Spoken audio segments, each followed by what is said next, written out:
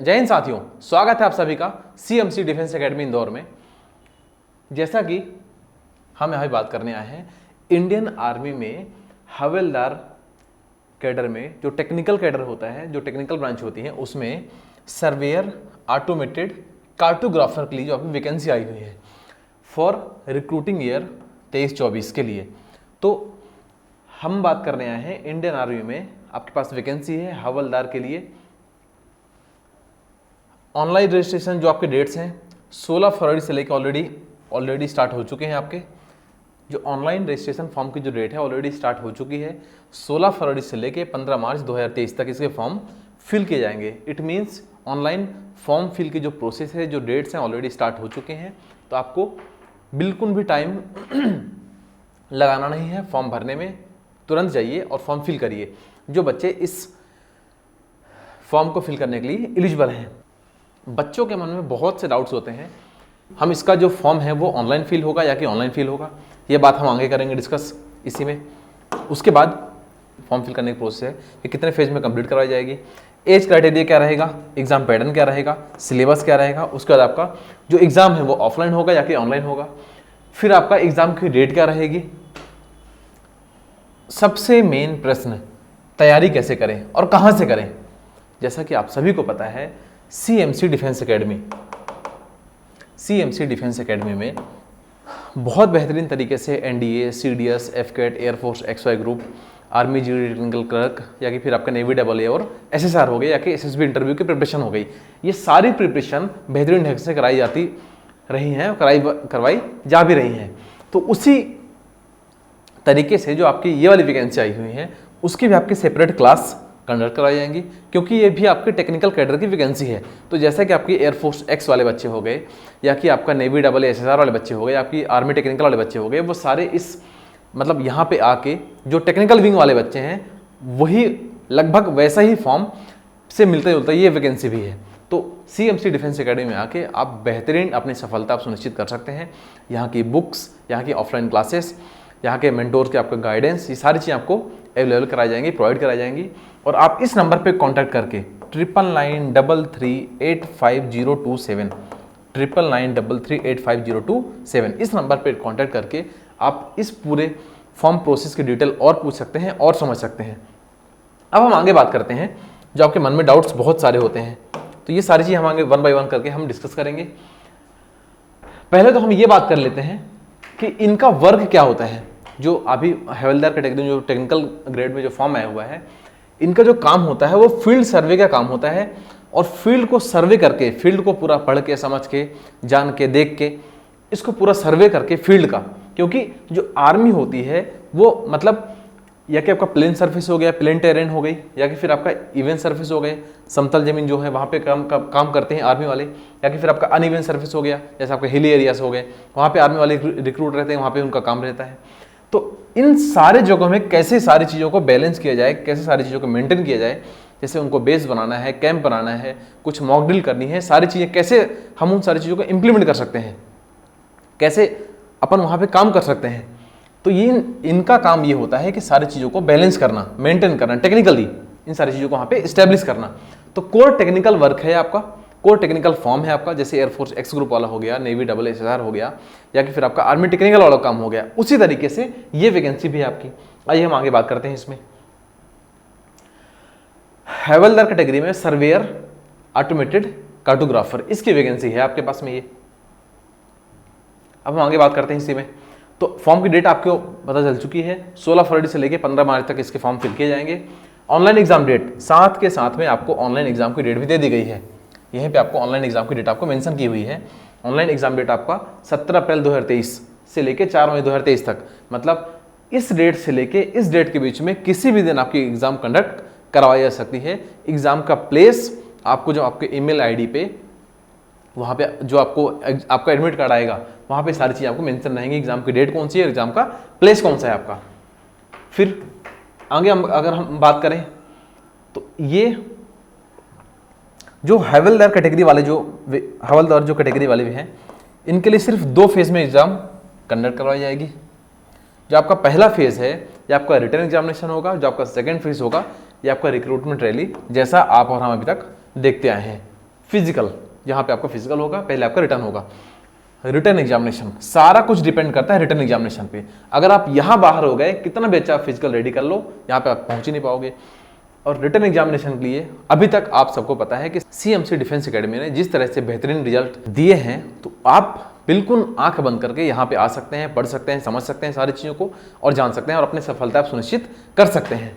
यह आपकी Indian army की वेबसाइट है www.joinindianarmy.nic.in। अगर और कोई आपको डिटेल इन्फॉर्मेशन चाहिए, इस वेबसाइट में जाके आप और इसको क्रॉस चेक कर सकते हैं, समझ सकते हैं।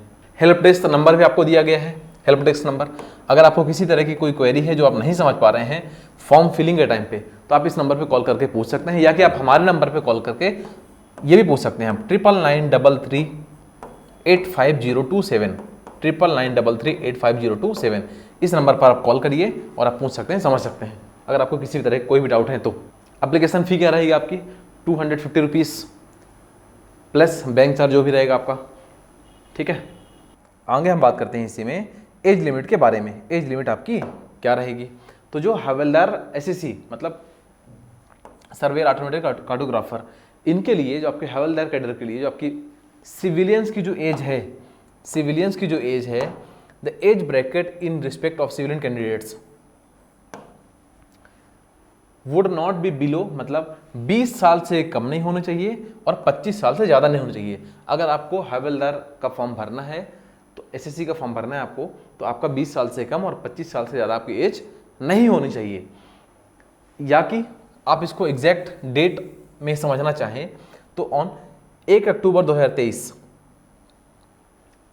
मतलब 1 अक्टूबर 2023 को जो आपकी एज है ये 20 साल से कम और 25 साल से ज़्यादा नहीं होनी चाहिए 1 अक्टूबर 2023 को। या कि candidate must be born between 1 अक्टूबर 1998 से लेके 1 अक्टूबर 2003, इन डेट को भी अगर आपका जन्म हुआ है इस डेट से लेके इस डेट के बीच में, या कि ये दोनों डेट इंक्लूडिंग है, अगर इस डेट के बीच में आपका जन्म हुआ है तो आप इस फॉर्म को भरने के लिए एलिजिबल हैं, पात्र हैं, आप फॉर्म भर सकते हैं और अप्लाई कर सकते हैं और फौजी आप बन सकते हैं इंडियन आर्मी में।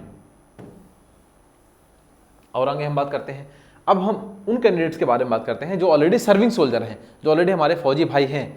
उनके अगर हम बात करें, candidates applying for will not be, देखो इसमें लिखा गया है 28 साल से ज़्यादा उनकी एज नहीं होनी चाहिए, मतलब till the age of 28 years. 28 जो फौजी भाई ऑलरेडी सर्विंग हैं उनकी एज 28 साल से ज़्यादा नहीं होनी चाहिए। उसके बाद अब हम बात करते हैं एजुकेशनल क्वालिफिकेशन की। यहां पे बिल्कुल साफ शब्दों में लिखा गया है हवलदार कैडर के लिए आपकी एजुकेशनल क्वालिफिकेशन क्या क्या होनी चाहिए। The minimum educational qualification for havildar SSC is under S BA या कि BSc, आपके पास BA होना चाहिए या कि BSc होना चाहिए विथ मैथमेटिक्स। बिल्कुल साफ साफ अक्षर में लिखा गया है BA मैथ से हो या कि BSc मैथ से हो। अगर आप कोर मैथ से नहीं भी हो तो आपका एटलीस्ट एक सब्जेक्ट मैथमेटिक्स का होना ही चाहिए, तभी आप इस फॉर्म को भरने के लिए एलिजिबल होंगे। उसके बाद शुड हैव पसेस 10+2 में आपके PCM physics chemistry and mathematics minimum 50% marks in each of them, मतलब फिजिक्स में, मैथमेटिक्स में और केमिस्ट्री में, इन तीनों ही सब्जेक्ट में आपके मिनिमम 50% मार्क्स होने चाहिए। और BA या कि BSc आपका अगर मैथ से हो, वेल एंड गुड, नहीं है तो एटलीस्ट एक सब्जेक्ट यहाँ पे होना चाहिए जो आपको क्या होना चाहिए, मैथमेटिक्स होना चाहिए। या कि वो बच्चे जो बैचलर ऑफ इंजीनियरिंग की डिग्री किए हुए हैं जो बच्चे BE या कि BTech वाले हैं, वो बच्चे भी इस फॉर्म को भरने के लिए एलिजिबल हैं। जैसा कि आपको पहले ही बता चुका हूं कि जो हवलदार SSC कैटेगरी का जो फॉर्म है आपका, ये कोर टेक्निकल फॉर्म है, कोर टेक्निकल वाले बच्चों के लिए है। तो BA BTech टेक्निकल कैटेगरी में ही आते हैं, तो ये बच्चे इस फॉर्म को भरने के लिए सीधे एलिजिबल हैं, ठीक है। सेम 10+2 में आपके 50% मार्क्स कम से कम होने चाहिए आपके। फिजिकल क्राइटेरिया मिनिमम आपका क्या होना चाहिए, आगे हम इस बारे में बात करेंगे। फॉर जनरल, जैसे हम MP के हो गए, छत्तीसगढ़ के हो गए, इनके लिए मिनिमम हाइट क्राइटेरिया आपको कितना है, आपका मिनिमम 160 सेंटीमीटर आपकी हाइट होनी चाहिए। फॉर गोरखा और लद्दाख रीजन, गोरखा और लद्दाख रीजन के लिए 157 सेंटीमीटर। अंडमान और निकोबार, लक्षद्वीप, ठीक है, इन बच्चों के लिए हाइट कितनी होनी चाहिए, 155 सेंटीमीटर ओनली। चेस्ट आपकी हाइट के अकॉर्डिंग मिनिमम आपका चेस्ट, मतलब मिनिमम आपकी हाइट 160 होनी चाहिए। इस 160 के अकॉर्डिंग आपकी जो चेस्ट है आपका मिनिमम 77 होना चाहिए। अगर आपकी हाइट इससे ज़्यादा है तो चेस्ट आपका इससे ज़्यादा भी हो सकता है, पर इससे कम ना तो हाइट चलेगी ना ही इससे कम आपका चेस्ट चलेगा। फिर फिजिकल फिटनेस जो आपका टेस्ट होगा, मतलब जो बच्चे रिटन एग्जामिनेशन में पास हो जाएंगे उन बच्चों का फिजिकल फिटनेस टेस्ट होगा। इट मीन्स PFT, मतलब जब रिक्रूटमेंट रैली भर्ती जो बच्चे रिटन टेस्ट पास कर लेंगे वो बच्चों का फिजिकल में क्या क्या होगा, यहाँ पे समझिए आप। फिजिकल फिटनेस टेस्ट PFT में क्या क्या होगा आपका, यहाँ पे आपको समझना है। Candidate should be able to run 1600 metre, मतलब 1600 मीटर की आपकी दौड़ है या कि 1.6 किलोमीटर की आपकी दौड़ है इन 8 मिनट्स, ठीक है। हवलदार जो SSC कैटेगरी का जो फॉर्म है उसमें आपकी हाइट, वेट, चेस्ट और फिजिकल आपका क्या क्या होगा, तो उसमें अगर हम बात किया जाए, अगर उसमें देखा जाए तो ये सारा हाइट, वेट और चेस्ट सारा कुछ लिखा गया है, इसमें आप देख सकते हैं और पढ़ सकते हैं। उसके बाद अब आगे अगर हम बात करें इसी में, तो आप यहाँ से देख सकते हैं और समझ सकते हैं कि फिजिकल फिटनेस टेस्ट आपको मेन यहाँ पे कंसंट्रेशन करना है, आपको यहाँ समझना है। आपको 1.6 किलोमीटर मतलब आपको 1600 मीटर की आपकी रनिंग है, 1600 मीटर का आपकी रनिंग है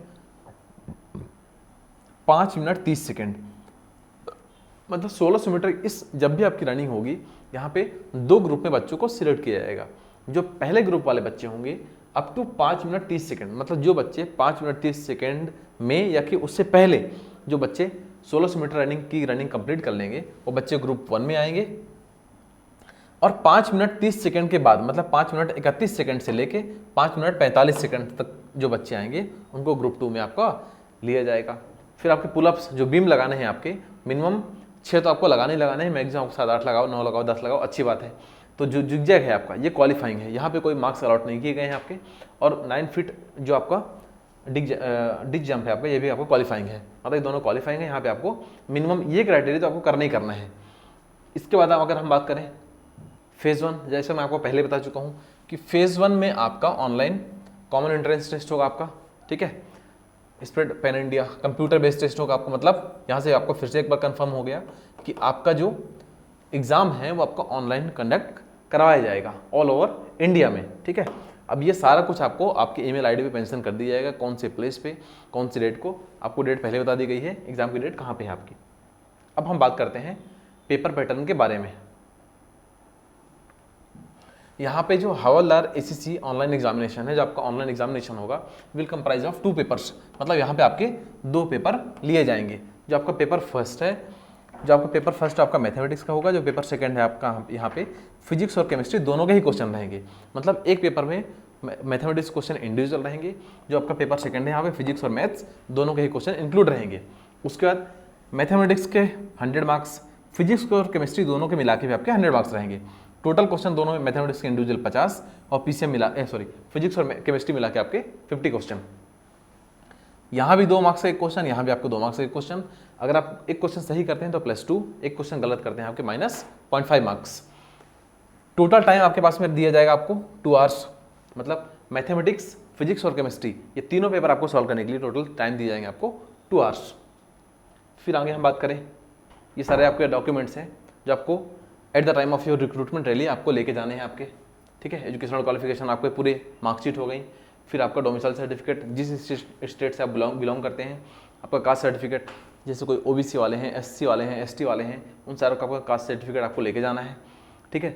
रिलीजन सर्टिफिकेट, ठीक है, ऐसा कुछ अगर आप माइनॉरिटी में हैं तो आपको लेके जाना है आपको, ठीक है। अब हम थोड़ी सी और काम की बात इसमें समझ लेते हैं और पढ़ लेते हैं इसमें।